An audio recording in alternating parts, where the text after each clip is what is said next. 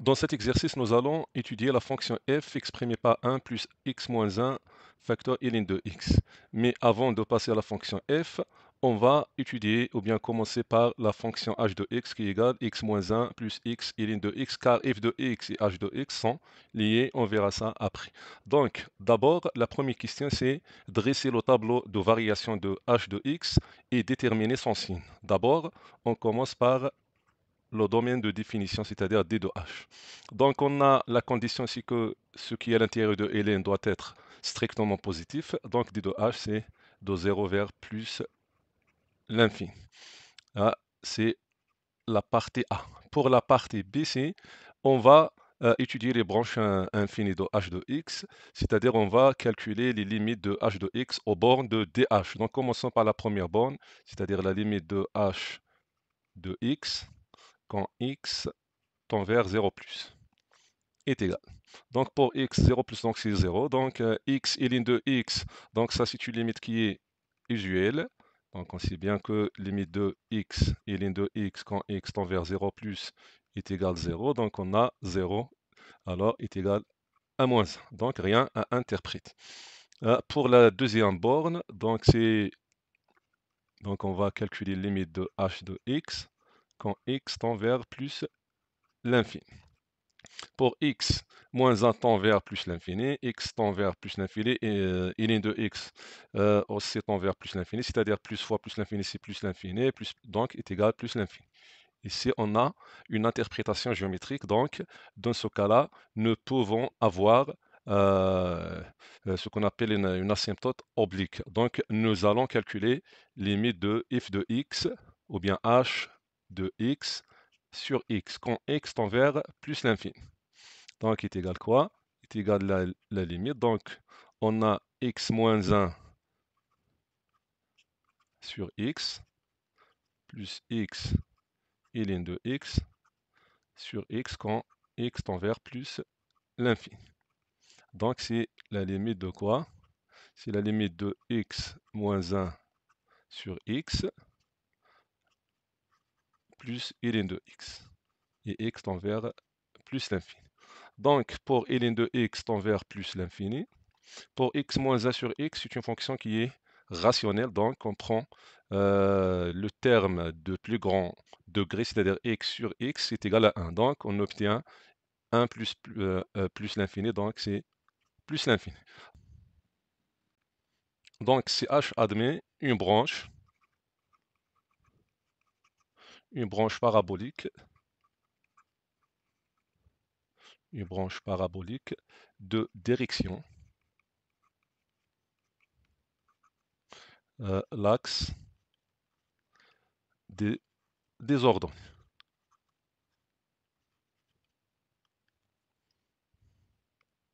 Maintenant, passons à la partie ci.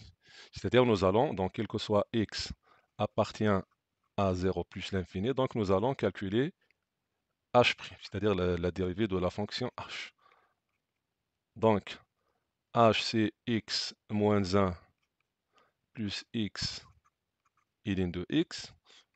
Donc, sa dérivée est égale, la dérivée de x est égale à 1, la dérivée de moins 1 est égale à 0, donc on va calculer la dérivée de x ln de x.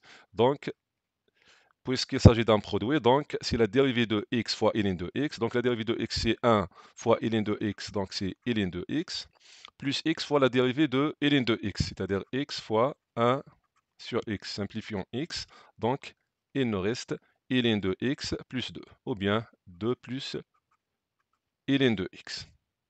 Maintenant, cherchons la racine de h' de x, donc 2 plus ln de x est égal à 0. Ça équivaut à ln de x est égal à moins 2. Donc, on va introduire la réciproque qui est expo. Donc, expo de ln de x, c'est x, est égal à expo de moins 2. Ou bien, c'est 1 sur expo de 2. Donc, h' s'annule en expo de moins 2. Maintenant, nous allons tracer ou bien dresser le tableau de variation de h.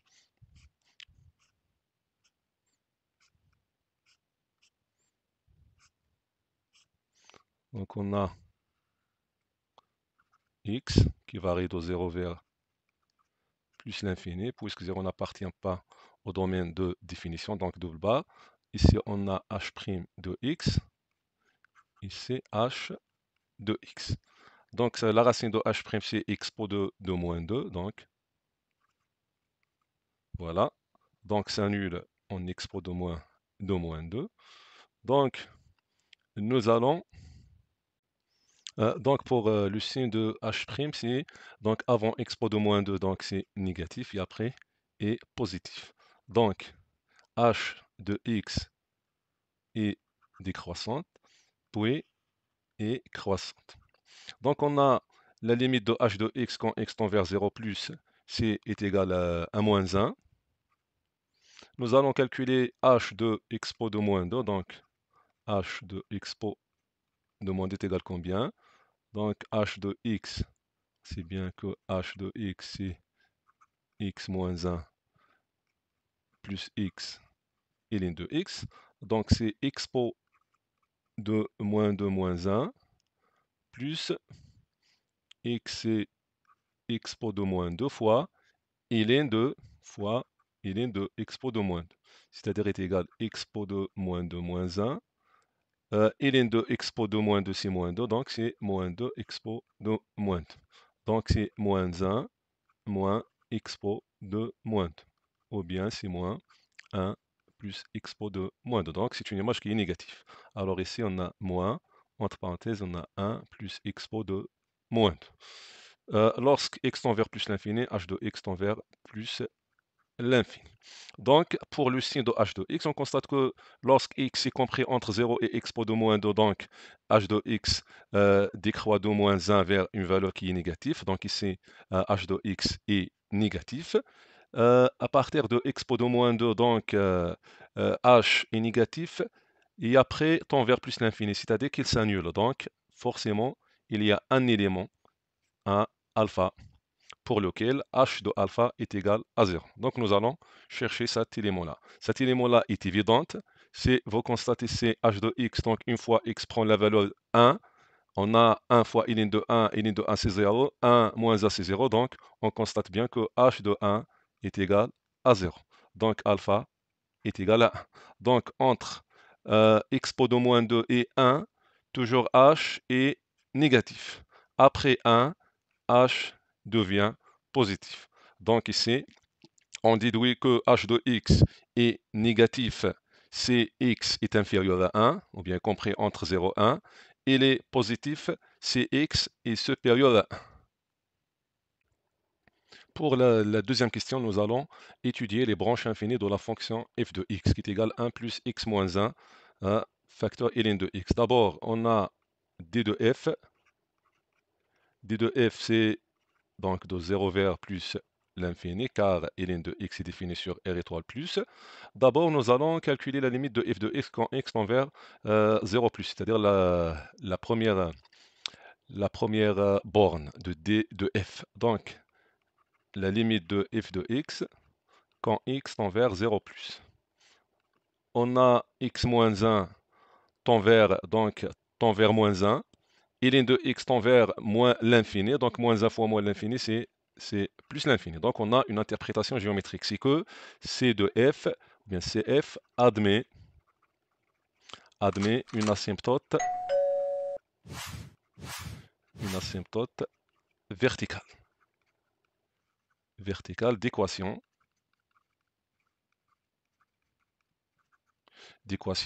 x est égal à 0, c'est-à-dire c'est l'axe des ordonnées, ou bien on dit que CF admet l'axe des ordonnées comme asymptote verticale. Passons à la deuxième borne, c'est-à-dire calculer la limite de f de x quand x tend vers plus l'infini. Donc x moins 1 tend vers plus l'infini, et ln de x tend vers plus l'infini, donc plus fois plus, c'est-à-dire c'est égal plus l'infini. Donc on a la possibilité d'avoir une asymptote qui est oblique. Pour cela, nous allons calculer la limite de f de x sur x quand x tend vers plus l'infini. Donc f de x sur x, c'est 1 sur x plus x moins 1 sur x, un facteur ln de x, avec x tend vers plus l'infini. Donc on a 1 sur x tend vers 0. on a x moins 1 sur x, c'est une fonction qui est rationnelle tend vers 1. Et ln de x, quand x tend vers plus l'infini, est égal à plus l'infini. Donc, c'est plus l'infini. Donc, dans ce cas-là, on dit que CF admet une branche parabolique de direction. L'axe des ordonnées.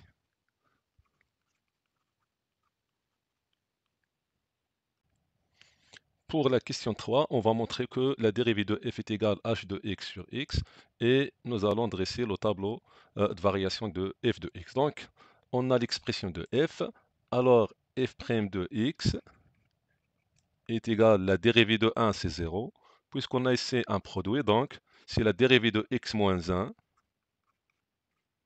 fois ln de x plus x moins 1 fois la dérivée de ln de x. Donc, f' de x est égal, la dérivée de x moins 1, c'est la dérivée de x qui est égale à 1, fois ln de x, donc c'est ln de x. Plus x moins 1 fois la dérivée de ln, c'est 1 sur x, donc c'est x moins 1 sur x. Donc, nous allons réduire au même dénominateur, donc nous allons multiplier fois x et diviser par x, donc est égal, c'est x moins 1 plus x ln de x sur x. Donc le numérateur c'est h de x, alors il est égal à h de x sur x. On a déjà étudié le signe de h de x. On a dit que h de x s'annule en 1. Avant 1 est négatif, après 1 est positif. Donc nous allons tracer le tableau de variation de f de x. Donc on a x, on a f' de x et f de x. X varie de 0 vers plus l'infini, donc 0 n'appartient pas. Alors, on a la dérivée de f, c'est h de x sur x. Comme x est strictement positif, donc le signe de f', c'est le signe de h de x. h de x s'annule en 1, et négatif avant 1, positif après 1. Donc f est décroissante, puis est croissante.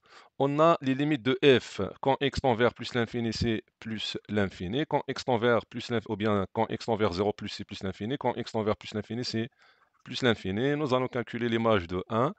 F de 1, donc remplaçons x par 1, 1 moins 1 c'est 0. Il est de 1 c'est 0, donc il nous donne 1. Donc on constate que la valeur minimale de f c'est 1. Donc toujours on a f de x est supérieur à 1. Alors pour CF, nous pouvons déduire que CF sera au-dessus de la droite d'équation égal est égal, égal est égal à 1.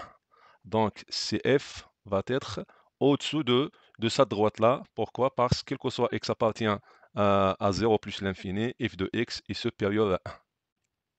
Pour la quatrième question, on a résoudre l'équation f de x est égal à x et étudier la position relative de CF et la droite delta d'équation y est égal à x. Donc, f de x est égal à x équivaut à, donc f de x c'est 1 plus x moins 1 ln de x est égal à x. Ça équivaut à, donc, passons, ou bien fait passer x à l'autre côté, donc c'est 1 moins x plus x moins 1 ln de x est égal à 0. Donc, équivaut à, donc on va factoriser par x moins 1, donc 1 moins x c'est moins x moins 1 plus x moins 1 et ln de x est égal à 0. Équivaut à, donc c'est x moins 1, facteur ln de x moins 1 est égal à 0. Ça équivaut à x moins 1 est égal à 0, ou bien ln de x moins 1 est égal à 0, c'est-à-dire que x est égal à 1, ou bien ln de x est égal à 1, ou bien ln de x est égal à 1. Donc x est égal à 1, ou bien, donc introduire la fonction réciproque expo de ln de x, donc c'est x, expo de 1, c'est e. Donc les solutions de cette équation-là, ce sont 1, 1 et e. Ça signifie quoi? F de x est égal à x. Donc, on étudie les coordonnées des points d'intersection de CF et la droite delta d'équation y est égal à x, c'est-à-dire la première bisectrice du repère. Donc, les points d'intersection pour abscisse 1 et E, donc nous pouvons écrire CF intersection delta, interdelta, est égal. Deux points, par exemple, le premier point c'est A d'abscisse 1 de coordonnées f de 1. Si on calcule f de 1, c'est 1.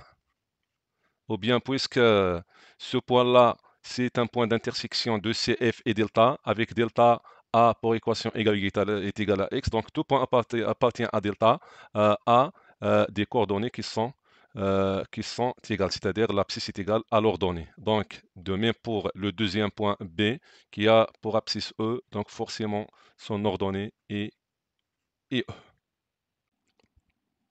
Donc, pour étudier la position relative de CF et delta, nous allons étudier le signe de f de x moins x. On a déjà f de x moins x, c'est x moins 1 facteur ln de x moins 1. Donc, nous allons étudier le signe de x moins 1 et ln de x moins 1. Pour x moins 1 s'annule en 1, donc négatif et après positif. Pour ln de x moins 1 s'annule en E,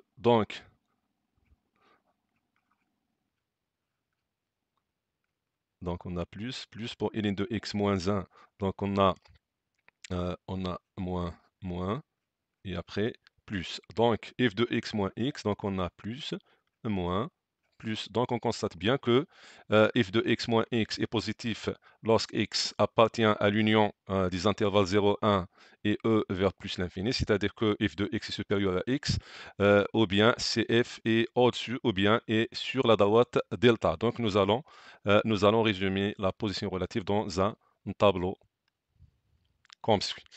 Donc on a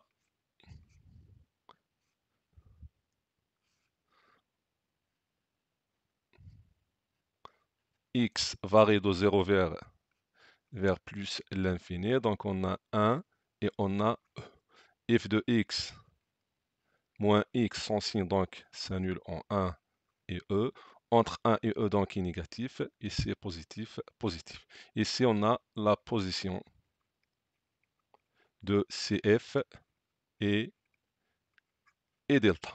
En 1, ici on a les points d'intersection qui sont A avec ses coordonnées c'est 1, 1 déjà déterminées. En E, on a le deuxième point d'intersection qui est B de coordonnées E, E. Et c'est puisqu'on a plus, c'est-à-dire que CF est, sur delta, ou bien est au-dessus de delta. Ici, on a CF et est au-dessus de delta. Entre 1 et E, on a f de x moins x est négatif, c'est-à-dire que f de x est inférieur à x, alors CF est sous delta, ou bien au-dessous de delta. Pour la construction de CF, donc puisqu'on travaille de 0 vers plus l'infini, donc nous allons tracer donc l'axe des ordonnées plus proche de gauche. Et aussi, on a déjà dit que f de x est supérieur à 1, donc nous allons tracer l'axe des abscisses le plus proche du bas. Donc, voici les axes du repère. On a la droite delta, qui est la première bisectrice du repère, c'est-à-dire qui passe par le point 1, 1.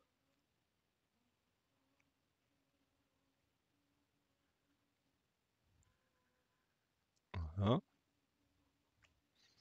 Donc on a les points d'intersection de CF avec delta, on a deux points. Le premier c'est A, de coordonnées, c'est A, de coordonnées 1, 1.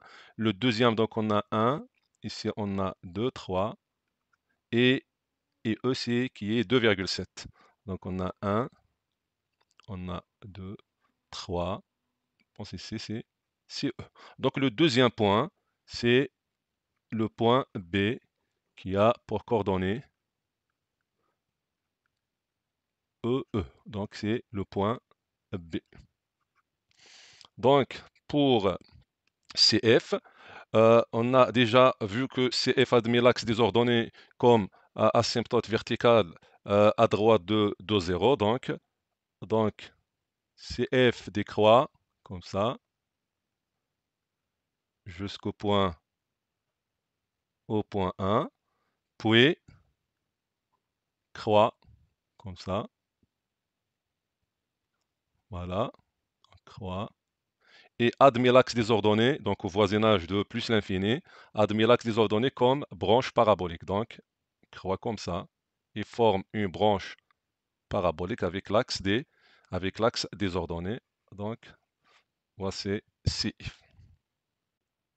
Pour la question 5, la partie A montre que l'intégrale de 1 vers e de x ln x est égale expo ou bien e au carré plus 1 sur 4. Pour cela, nous allons intégrer ou bien utiliser l'intégration par partie.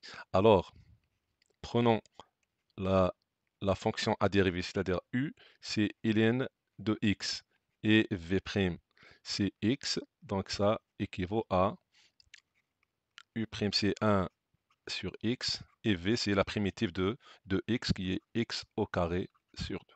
Donc, l'intégrale de 1 vers e de x ln de x d de x est égale, donc prenons uv, c'est x au carré sur 2 ln de x, de 1 vers e, moins l'intégrale de 1 vers e de 1 sur x fois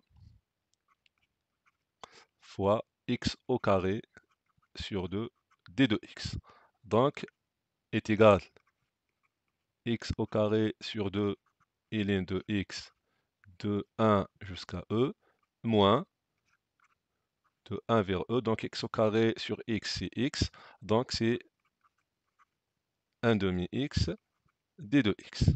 Alors, x au carré sur 2 ln de x de 1 vers e, moins, donc 1 sur 2x, sa primitive, c'est x au carré sur 4, de 1 vers e.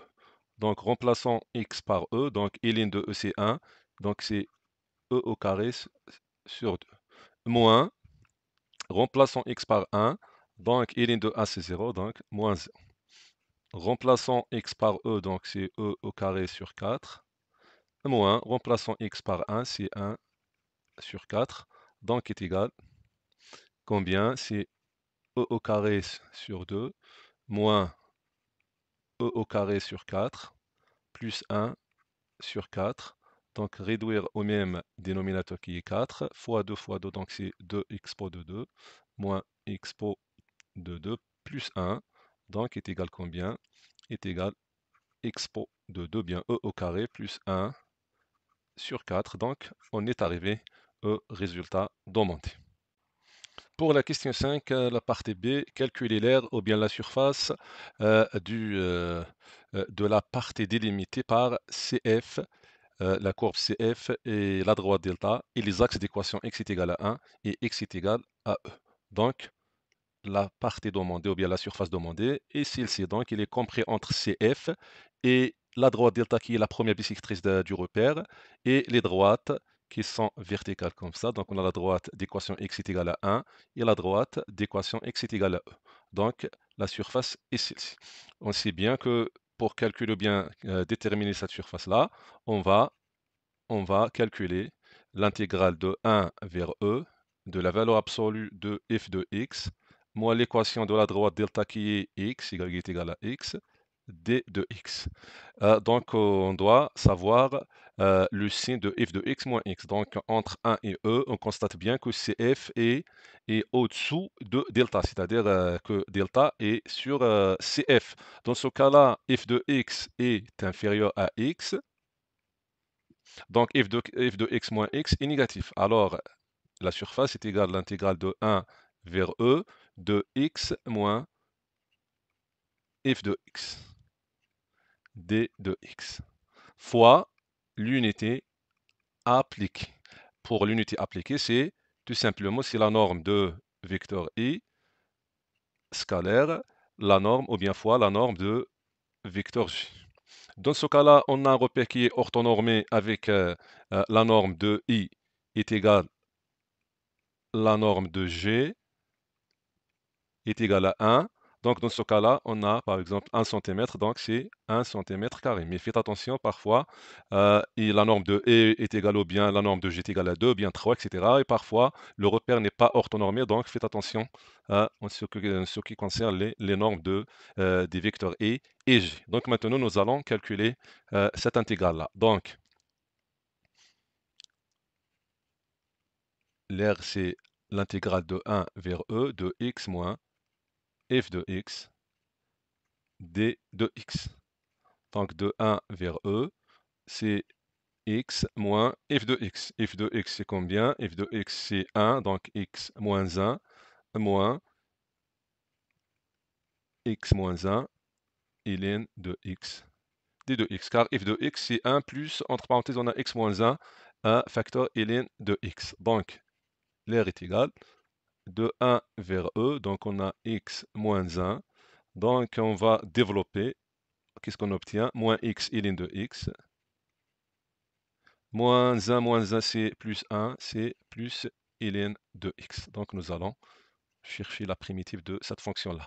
Donc, ça est égal quoi? Est égal l'intégrale de 1 vers E de x moins 1 d de x, moins l'intégrale de 1 vers E de x ln de x d de x, plus l'intégrale de 1 vers E de ln de x d de x. Pour x ln de x, ça c'est déjà calculé, cette intégrale-là qui est e au carré plus 1 sur 4. Donc l'air est égal. Donc pour x moins 1, sa primitive c'est x. Pour x, c'est x au carré sur 2, donc c'est x au carré sur 2, moins 1, la primitive de moins 1, c'est moins x, de 1 vers e. Moins, pour la deuxième intégrale, c'est déjà calculé, c'est e au carré plus 1 sur 4. Pour ln de x, on sait bien que la primitive de ln de x, c'est x ln de x moins x de 1 vers e. Donc, comment on a obtenu ce résultat-là, donc comme on a donc la primitive de ln de x, nous pouvons procéder par intégration par partie. Donc, si vous voulez par exemple de calculer la dérivée de 1 vers e de ln de x, donc nous allons prendre la fonction u à dériver, c'est ln de x.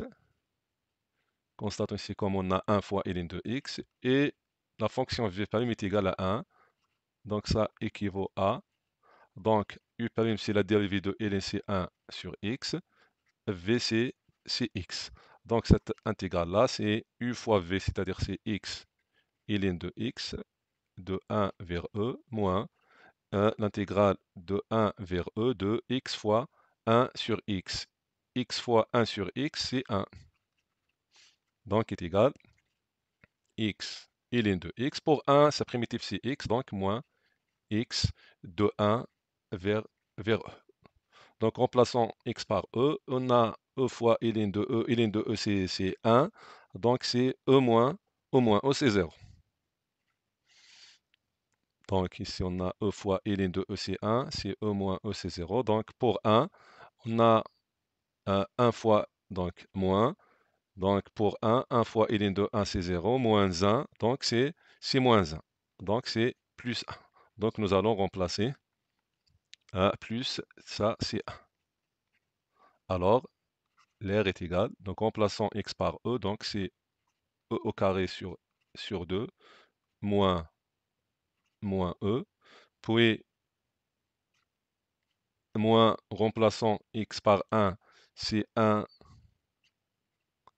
sur 2 moins 1, voilà. Voilà, donc voilà, donc ici plus 1, c'est celui-ci. Donc moins e au carré plus 1 sur 4 plus 1 est égal. Donc on a e au carré sur 2, donc c'est e au carré, donc 2 sur 4, moins e, donc c'est moins 4, c'est moins 4e sur 4, moins donc 1 demi moins 1, c'est moins 1 demi, moins, donc c'est plus 1 sur 2, donc c'est plus 2 sur 4. Voilà, moins e au carré plus 1 sur 4. Donc ici on a, donc nous allons écrire le tout, donc l'air est égal, donc sur 4. Alors qu'est-ce qu'on a? On a 2 fois e au carré moins 4e. Donc on a 2 fois e au carré. Donc l'air c'est 2e au carré moins 4e plus 2 moins e au carré moins 1. Donc nous allons simplifier. Donc on a sur 4, 2e au carré moins e au carré, donc c'est e au carré. On a moins 4e. On a plus 2 moins 1, donc c'est plus 1 fois l'unité appliquée. Pour ce résultat-là, on constate qu'on a un résultat qui est négatif. Donc pour e au carré moins 4e plus 1, je pense que e 2,7, etc. Plus 1, presque c'est 8. Moins 4 fois 2, ça c'est moins 10. Donc c'est un résultat négatif. Donc on a oublié quelque chose. Donc retournons à ce que nous avons déjà calculé. Donc on a 2e au carré moins 4e plus 2, etc. Donc on a oublié 1. Donc 1 c'est 4. Donc plus 4 sur 4. Donc nous devons ajouter C plus 4. Donc on a 4 plus 2, c'est 6 moins. Donc ici on a plus, ce n'est pas 1, mais c'est 5.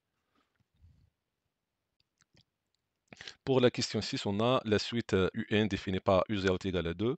UN plus 1 est égal F, ou bien l'image de UN par la fonction F. La question A, c'est montrer que, quel que soit n appartient à n, UN est compris entre 1 et E. Pour cela, nous allons raisonner par récurrence. Donc d'abord, pour n est égal à 0, qu'est-ce qu'on a? On a U0 est égal à 2, avec le nombre 2 est compris, ou bien 2 appartient à l'intervalle 1, 1. Donc la proposition est vraie pour n est égal à 0. Donc, soit n appartient à n. Maintenant, supposons que un, supposons que un appartient à l'intervalle 1, e, et montrons que un plus 1 appartient à l'intervalle 1 plus e, ou bien 1, e. Donc, puisqu'on a supposé que un appartient à 1, e, donc on a un est compris entre 1 et e. Donc, on sait bien que la fonction f est croissante et continue sur l'intervalle 1e. Donc, nous pouvons mettre l'image de un est compris entre l'image de 1 et l'image de e. Avec f de 1, c'est 1. F de un, c'est un plus 1. Et f de e est égal à e. Donc, c'est comme ça, on a montré que un plus 1 appartient à l'intervalle 1e. Donc, comme conclusion, nous pouvons dire que, quel que soit n appartient à n, un est compris entre 1 et e.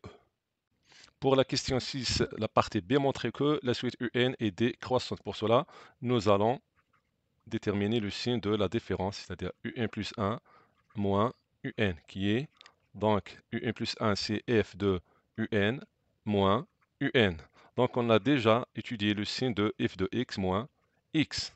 Avec f de x représente ou bien représenté par CF, x représenté par la droite delta. Et on a déjà montré que lorsque x est compris entre 1 et E, on a CF et au-dessous de delta, c'est-à-dire que f de x moins x est négatif. Et comme UN appartient à l'intervalle 1, E, donc f UN moins UN, ça est négatif. Alors UN est décroissante.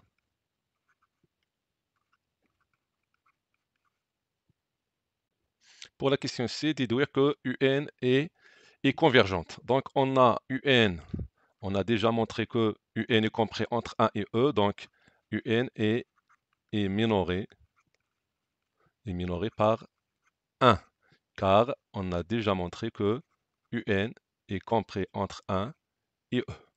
Et on a montré aussi que UN est décroissante. Alors, UN converge ou bien est convergente. Donc, si la limite de, donc nous allons calculer la limite de UN. Si la limite de UN quand n tend vers plus l'infinité égale à L, donc elle sera la solution de l'équation suivante. C'est puisqu'on a UN plus 1 est égal f de UN, donc elle sera égale f de L, c'est-à-dire f de L moins L est égal à 0. Et on a déjà déterminé les points d'intersection de CF et la droite delta. Et on a obtenu que les solutions sont 1, on a 1 et E. Donc L sera soit 1 ou bien E. Donc puisque UN est compris entre 1 et E, il est décroissante. Donc puisqu'il est décroissante, donc il va tendre vers 1 et non pas E. Donc comme ça, euh, on déduit que la limite de UN quand n tend vers plus l'infini est égale à 1. C'est comme ça, on a terminé notre exercice. Assalamu alaikum.